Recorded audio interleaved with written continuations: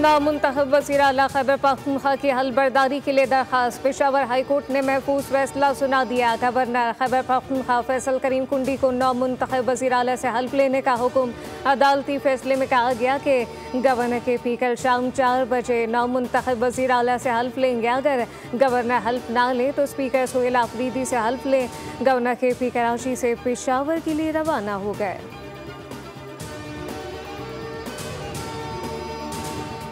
और गवर्नर साहब, आपको खैबर पख्तूनख्वा पहुंचना चाहिए, अपने सूबे जाएं। Chairman peoples party Bilawal Bhutto Zardari का फैसल करीम कुंडी को पैगाम। कहा कि वज़ीर आला से इनसे दरख्वास्त है अपना जहाज़ गवर्नर साहब को दे दें। गवर्नर साहब खैबर पख्तूनख्वा पहुँच कर आईन और कानून के मुताबिक अपनी जिम्मेदारी अदा करें। कराची में तकरीब से खिताब में बिलावल भुट्टो ने कहा कि खैरपुर का स्पेशल इकनॉमिक जोन दुनिया के बेहतरीन इक्तिसादी जोन्स में शामिल है। हम दुनिया से मुकाबला करने वाले हैं, इनका किसी और शहर और सूबे से मुकाबला नहीं। BISP को पूरी दुनिया में माना जाता है। अगर किसी को पार्टी से अख्तिलाफ है तो मीडिया पर बताने के बजाय पार्टी से बात करें।